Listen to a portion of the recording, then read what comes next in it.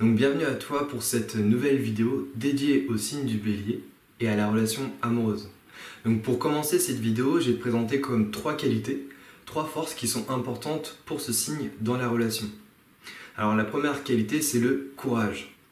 Le courage qui peut passer à travers le dépassement de soi ou encore le défi, qui est important pour ce signe puisque grâce au défi, c'est ça qui va lui permettre de dépasser ses peurs ou encore ses limites. Et donc derrière, de prouver son courage, de prouver son amour à l'élu de son cœur. Car le Bélier est un conquérant. Ensuite, en deuxième qualité, tu peux retrouver l'esprit d'initiative.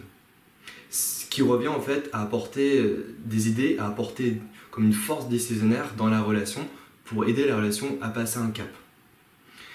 Ça revient en fait à trouver comme une solution face au problème. Et également, ce signe en plus est vraiment très persévérant face à la difficulté. Et ensuite, en troisième qualité, j'aimerais te présenter l'enthousiasme, qui est comme un feu, un brasier, qui revient en fait comme à soutenir l'autre, une ardeur pour soutenir l'autre, et comme un feu pour encourager l'autre dans un projet par exemple. Ça peut être aussi un engouement, avoir comme un engouement sur les propositions données, sur les idées qui sont partagées dans la relation.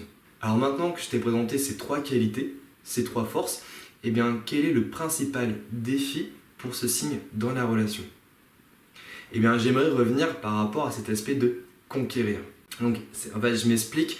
Est-ce qu'il choisit de conquérir les regards des autres dans la relation, donc de séduire et comme d'avoir des nouvelles conquêtes, ou encore il choisit de conquérir sa nature inférieure, donc c'est-à-dire ses passions ou encore ses désirs.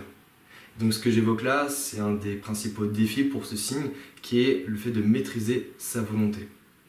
Et ça peut passer par exemple dans le fait de canaliser cette volonté à travers le sport ou encore l'art, et dans la relation, particulièrement l'affirmation de soi. Avoir une juste affirmation de soi, ou encore de maîtriser sa parole, sa voix. Et ça représente un gros travail pour ce signe, puisqu'il ne peut pas juste choisir de maîtriser sa volonté juste dans la relation. Non, c'est dans toute sa vie, c'est dans son mode de vie d'une manière générale, et c'est ça qui va l'aider en fait dans ce travail alchimique à davantage inclure l'autre dans sa volonté. Inclure l'autre dans sa volonté et respecter ses choix et respecter sa liberté. Alors justement, donc si toi tu es avec une partenaire ou un partenaire Bélier, je te propose comme 3 clés pour aider l'élu de ton cœur à aller davantage vers le meilleur d'elle-même ou le meilleur de lui-même. La première qualité, si tu as bien suivi ma vidéo, c'est le défi.